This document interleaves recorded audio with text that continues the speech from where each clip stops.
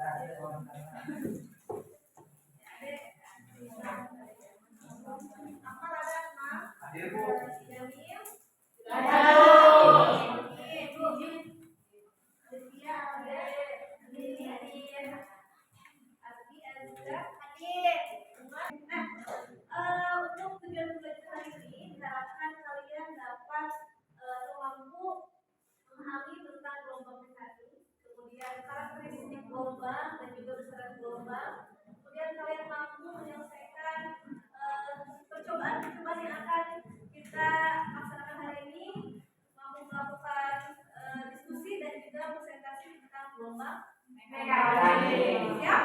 Ya. Bentar, kalau minggu kemarin kita belajar tentang apa? Gelombang ya. Gelombang mekanik tentang gelombang. Sebelum kita mulai, silakan dibuka dulu buku catatannya. Oke, silakan. Duduknya sudah berkelompok ya? Sudah. Oke, nah di situ di catatan kalian ada bagian-bagian atau karakteristik dari gelombang, kemudian ada bagian-bagian dari bentuk gelombang ya? Ya. Sudah dipelajari di rumah?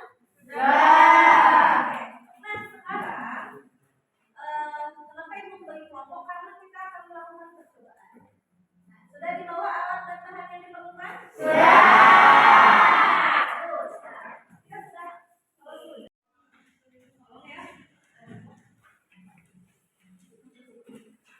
ada berapa kelompok? 6.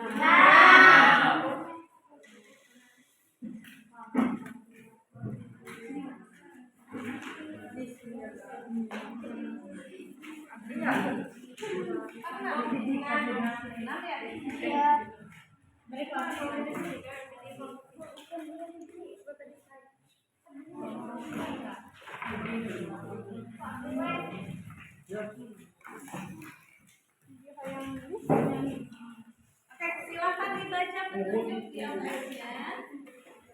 Nah, sebelum baca, oke, di sana ada petunjuknya ya. Nah, boleh dibaca dulu alat dan bahannya. Ada satu kelompok, boleh satu orang? Oke, silakan ya Teh. Kita akan melakukan gelombang mekanik. Oke, alat bahan yang diperlukan apa saja kira-kira? Yang pertama ada batu atau kerikil, yang kedua ada baskom atau ember, yang ketiga ada air, yang keempat ada udara, dan yang kelima ada tali. Oke. Nah, diperhatikan ya. Ya. Silahkan masing-masing kelompok kalian lakukan percobaan ya tentang gelombang, ya gelombang mekanik khususnya. Nah, langkah pertama silahkan kalian siapkan alat bahan di meja. Oke. Nah, kemudian langkah pertama percobaan pertama itu adalah dengan mengisi wadah atau baskom ini dengan air. Sudah diisi air? Sudah. Kalau sudah diisi air, silahkan nanti perhatikan dulu ya, perhatikan dulu. Oke. Ketika sudah diisi air, nanti silahkan masukkan kerikil dari jarak yang berbeda, contohnya dekat dengan ember pertama. Kemudian kasih jarak mau berapa senti boleh. Kalian pas yang dekat dengan ember, masukkan batunya. Lihat apakah ada gelombang di sana?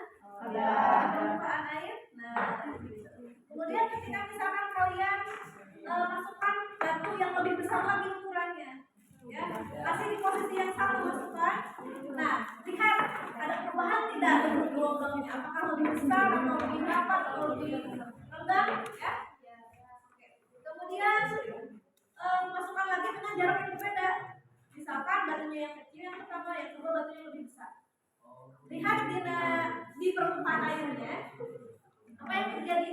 Apakah ada bentuk-bentuk gelombangnya? Bagaimana bentuk gelombangnya? Bisa dipahami? Bisa. Nah, yang kedua, silakan. Sudah ada tali?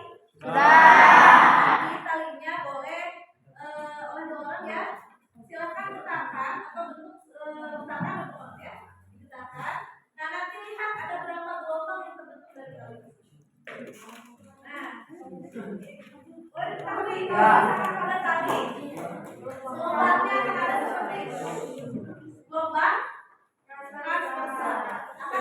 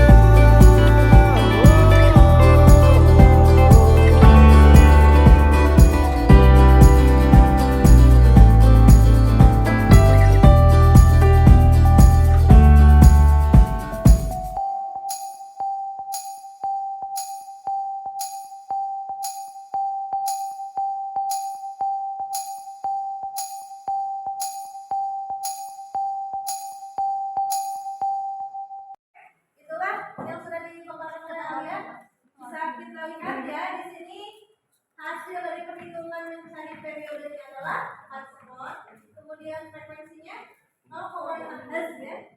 Kemudian panjang gelombangnya 12 meter dan cepat lambat gelombangnya adalah 3 meter per sekon. Apakah sama semua hasilnya? Apakah ada yang berbeda?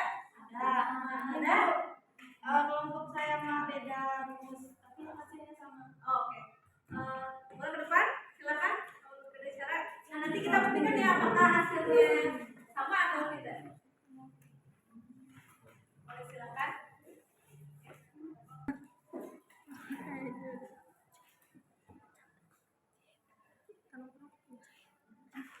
Silakan dijelaskan dulu. Untuk yang ini harusnya dituliskan kalau misalnya rumusnya ada 2, usahakan tulis 2 ini.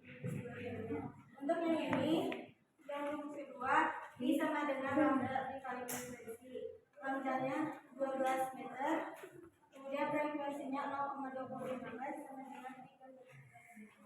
Jadi hasilnya sama. Oke, jadi kalian boleh memakai rumus yang ada bedanya atau memakai rumus yang ada frekuensi ya. Enggak, dua-duanya juga betul ya. Oke, terima kasih, tepuk tangan untuk mungkin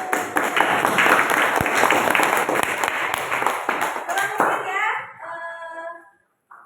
The end of the discussion. Nah, jadi end dari diskusi hari ini adalah penutupnya adalah kelompok alia disertai juga dilengkapi oleh kelompok 5 tadi ya. Oke. Nah, setelah kita sudah panjang lebar tadi membahas gelombang, pengertiannya, bagian-bagiannya, klasifikasinya, jenisnya dan lain-lain. Nah, sekarang coba kita simpulkan ada yang oke, silakan yang mau bertanya, yang mau mengambil kesimpulan. Oke, silakan Akmal.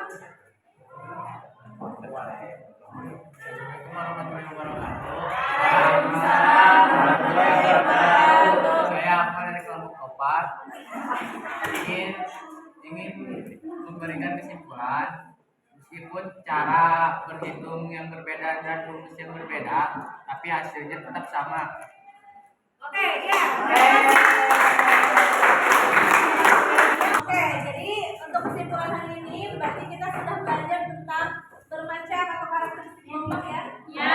Dan gelombang transversalnya ada tadi, contoh praktik gelombang longitudinalnya ada, dari yang lebih besar. Ya, kemudian menggunakan tali sudah, kemudian menggunakan batu juga sudah. Nah, jadi kita bisa tahu ya, kalau misalkan menggunakan batu nih, batu yang kecil atau yang besar, itu ternyata gelombang yang dihasilkan dari saat kita menjatuhkan batu itu ternyata berbeda. Gitu. Ya, betul apa yang disampaikan oleh teman-teman kalian yang tadi sudah mempresentasikan di depan. Itu kesimpulannya untuk percobaan hari ini. Jadi selain itu kita juga bisa menghitung frekuensi udah? Kita bisa menghitung periode? Sudah. Menghitung cepat lambat gelombang sudah? Juga menghitung panjang gelombang. Nah, mudah-mudahan kegiatan yang kita lakukan hari ini bisa kita manfaatkan di pertemuan berikutnya ya. Kalian lebih mudah untuk mengisi soal-soal di pertemuan berikutnya. Oke, mungkin sekian dulu untuk hari ini. Dan tadi untuk performance terbaik untuk kelas ini tadi dimenangkan oleh seluruh kelompok.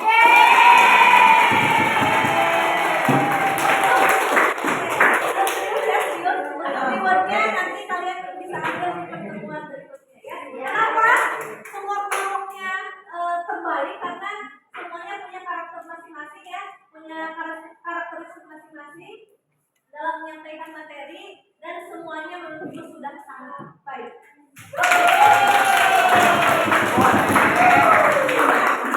Minggu depan kita akan belajar lebih lanjut lagi, materinya sudah berubah yaitu gelombang bunyi. Jadi minggu depan kita akan di pertemuan berikutnya akan membahas tentang gelombang bunyi, gelombang cair. Jadi silakan di rumah persiapkan dengan sebaik-baiknya. Dan untuk tugasnya nanti silakan dikerjakan ya. Ini tugasnya. Jadi nanti silakan kalian kerjakan di rumah, nanti ibu share lewat grup ya. Kita tutup untuk hari ini. Assalamualaikum warahmatullahi wabarakatuh.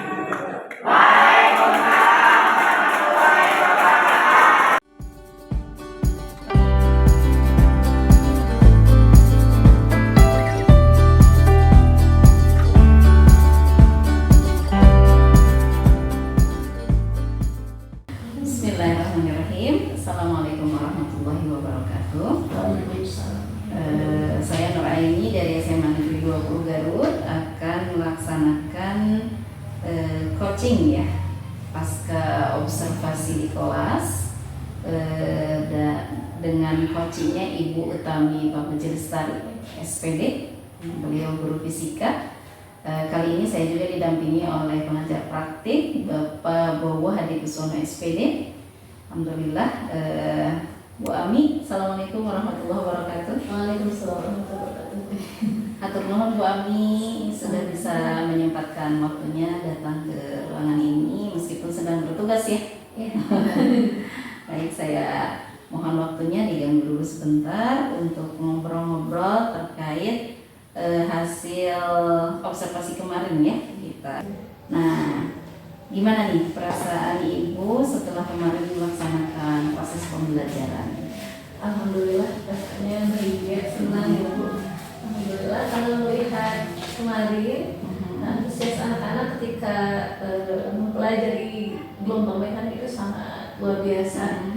Tambah dengan keaktifan anak-anak yang memang luar biasa juga Bu. Kemudian tujuan pembelajaran juga bisa tercapai semua. Alhamdulillah. Alhamdulillah. Baik Bu Ami, kemudian menurut Ibu nih kemarin selama proses pembelajaran berlangsung, apakah sudah sesuai dengan rencana yang Ibu buat dalam RPP? Bagaimana? Saya sudah sesuai Bu ya, melihat kemarin. Kemudian saya kan memakai pendekatan digital learning ya, dari awal pembukaan, kemudian persepsi, kemudian inti anak-anak sudah mampu mengidentifikasi masalah, kemudian mengumpulkan masalah, kemudian bisa merefleksikan itu sampai ke tahap penutupan. Alhamdulillah sudah bisa tercapai. Iya, alhamdulillah. Jadi proses pembelajaran sudah sesuai dengan RPP ya. Nah, di awal waktu kita percakapan praobservasi, Ibu meminta untuk saya amati area pengembangannya tentang pengembangan intelektual. Nah, bagaimana nih menurut Ibu kemarin ketika di proses yang mana nih pengembangan intelektual itu terlaksana? Ya. Proses intelektual itu terlaksana ketika berdiskusi dengan kelompok minggu. Jadi terlihat anak-anak itu kemampuan intelektualnya ada yang rendah, ada yang tinggi, ada yang memang sedang. Tapi rata-rata karena mungkin berkelompok ya, jadi kalau secara keseluruhan itu bisa dilihat sangat baik seperti itu. Jadi dilihat dari diskusi kelompok, kemudian ketika memaparkan hasil diskusi kelompok ke depan. Jadi secara keseluruhan proses pembelajaran ini sudah sesuai dengan rencana Ibu ya. Pengembangan intelektualnya juga sudah ada. Kira-kira nih ada kendala nggak yang Ibu hadapi selama proses pembelajaran? Sebenarnya ada tuh ya, ada kendala ketika saya berkeliling di kelas kemarin. Ternyata ada, meskipun terlihat sangat aktif gitu di kelas secara keseluruhan, ternyata ada beberapa kelompok yang memang sangat pasif, sangat pasif, kemudian tidak dapat dengan baik mengikuti kegiatan pembelajaran seperti itu. Jadi ada beberapa siswa, tapi tidak semuanya, sebagian kecil mungkin ya, sebagian kecil siswa yang tidak bisa aktif seperti teman-temannya yang lain, gitu ya. Nah, kira-kira nih menurut Ibu apa penyebab dari ketidakaktifan siswa di kelas pada saat belajar? Mungkin menurut yang sudah saya amati itu disebabkan karena kemarin kan pembagian kelompok itu random ya Bu. Jadi saya tidak mengidentifikasi dulu mana anak yang aktif, kemudian mana yang anak yang pasif seperti itu. Ketika kemarin setelah sedang melakukan pembelajaran, ternyata anak yang pasif itu kelompoknya dengan anak yang pasif lagi, anak yang aktif dengan anak yang aktif hampir semuanya. Gitu. Ada beberapa kelompok. Jadi mungkin pengembangan intelektualnya tidak bisa terasah karena yang pasif ya seperti dengan yang pasif jadi tidak termotivasi seperti itu. Betul. Jadi kalau random ada yang kebetulan satu kelompok semuanya pasif gitu ya, sehingga tidak bisa ikut aktif. Tapi kalau yang dalam satu kelompok itu ada yang aktif, ada yang pasif, nanti yang pasif terbawa oleh yang aktif itu. Apalagi kalau kelompoknya semuanya anak-anak yang aktif gitu ya. Jadi pembelajaran bisa diikuti secara aktif. Baik. Nah, dengan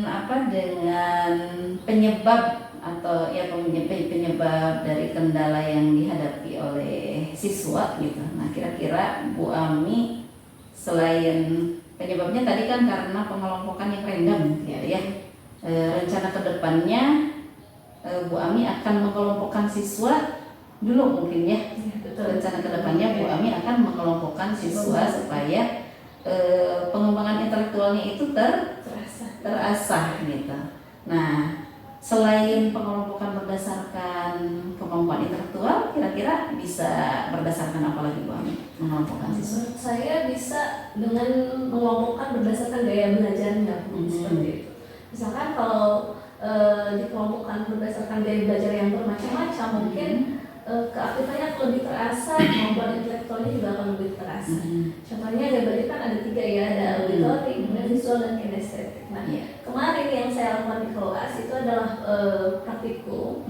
Kemudian besar kemungkinan kalau misalkan yang pasif itu adalah anak-anak yang memang mungkin tidak suka praktik seperti itu. Bukan kinestetik. Nah, bukan kinestetik gitu. Nah, kalau misalkan ke depan lebih diidentifikasi lagi, mana nih anak yang gaya belajarnya kinestetik, auditory, terus kemudian visual, kemudian disatukan mungkin akan bisa lebih baik lagi. Bisa disatukan dalam satu kelompok.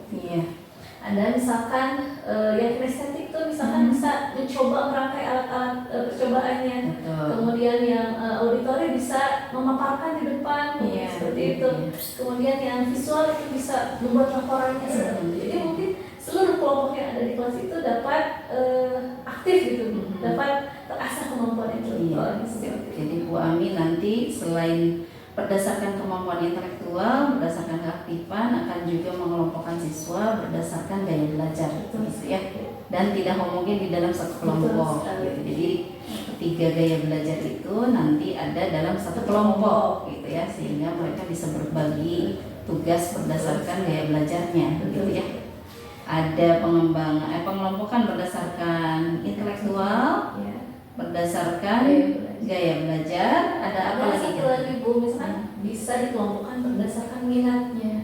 Contohnya misalkan ada anak yang memang sangat senang dengan PowerPoint. Nah, misalkan ada kelompok yang memaparkannya dengan PowerPoint, atau misalkan ada yang senang dengan narasi, dinarasikan, ada yang senang misalkan dengan poster, dibikin poster-poster seperti dalam memaparkan hasil diskusinya seperti itu. Jadi sesuai minat dan bakat anak. Betul. Wah, akan tampak lebih menyenangkan ya pembelajaran kalau begitu ya Bu ya. Baik, Bu Ami, setelah Bu Ami tahu kendala yang dihadapi, solusinya seperti tadi, kira-kira rencana ke depan selain pengelompokan apalagi yang akan dikembangkan? Mungkin saya ingin membuat alat peraga yang memang lebih mudah untuk dipahami oleh anak-anak. Kemarin saya menggunakan alat peraga, tapi mungkin anak-anak yang pasif itu mungkin kebingungan karena mungkin alatnya ribet atau apa gitu ya. Nah, saya ingin membuat alat peraga yang memang praktis, simpel dan mudah dipahami oleh anak-anak. Kemudian ingin membuat LKPD yang lebih merinci, seperti itu. Lebih merinci tujuannya apa, kemudian prosedurnya jelas, seperti itu. Data pengamatannya tersedia seperti itu. Alat bahannya apa. Nah, kemudian saya ingin membuat mungkin animasi-animasi dengan memanfaatkan media pembelajaran gitu. Banyak sekali sekarang di sosial media atau misalkan smartphone yang ada aplikasi-aplikasi yang memang bisa memudahkan pembelajaran. Baik Bu Ami, jadi rencana kedepannya nambah ya, mulai dari pengelompokan siswa berdasarkan apa tadi, gaya belajar, kemampuan intelektualnya, minatnya. Kemudian Bu Ami juga berencana akan mengembangkan alat peraganya ya, supaya lebih simpel, lebih praktis, lebih mudah dipahami. LKPD-nya juga yang lengkap ya, yang rinci, dan media pembelajarannya yang variatif mungkin begitu ya. Nanti jadi ada animasi-animasi yang bisa lebih menarik ya bagi siswa. Baik, kira-kira nih Bu Ami kapan rencana ini akan dilaksanakan? Iya, mungkin karena kalau sekarang sedang di akhir tahun ya Bu, jadi sedang akan melaksanakan PSAT, jadi mungkin saya akan menginvestasikan itu di tahun ajaran berikutnya. Insya Allah. Iya. Kita anaknya sudah ada di kelas 12. Iya, betul Bu ya.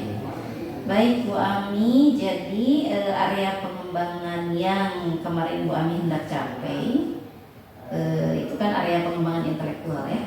Nah, saya sudah bisa melihat memang pengembangan intelektual anak-anak yang diharapkan oleh Bu Ami berkembang itu sudah dicoba oleh Bu Ami kembangkan dengan adanya praktikum gitu ya. Jadi nanti anak-anak menjadi lebih aktif begitu ya. Dengan adanya LKPD yang Bu Ami buat, anak-anak jadi lebih memahami materi, kemudian mereka praktek, anak-anak juga diminta untuk presentasi sehingga kemampuan intelektualnya jadi terasah begitu ya. Hanya barangkali ada kendala-kendala sedikit tadi tentang pengelompokan yang harus diidentifikasi dulu berdasarkan kemampuan intelektualnya. Sehingga nanti anak yang tadinya tidak aktif ternyata kalau dikelompokkan dengan anak yang aktif jadi intelektualnya terasa juga begitu ya. Motivasi. Mereka tertular keaktifannya dari teman-temannya. Kalau di random gitu kadang-kadang jadi tidak terkontrol ya. Bagaimana pengembangan intelektualnya. Betul. Ya, barangkali cukup ya Bu Ami. Apa ya obrol-obrolan kita siang ini. Alhamdulillah, mudah-mudahan rencana yang sudah Bu Ami buat ya, mulai dari asesmen diagnostik siswa, dari mulai pengelompokan intelektualnya berdasarkan gaya belajarnya, berdasarkan minat mereka, itu bisa direalisasikan untuk nanti ketemu lagi di kelas 12. Kemudian rencana Bu Ami untuk mengembangkan alat peraga, mengembangkan LKPD dan media pembelajarannya juga nanti bisa terrealisasi ya, sehingga area pengembangan untuk mengasah intelektual siswa itu bisa betul-betul terlaksana, tercapai gitu ya. Terima kasih Bu Ami untuk waktunya.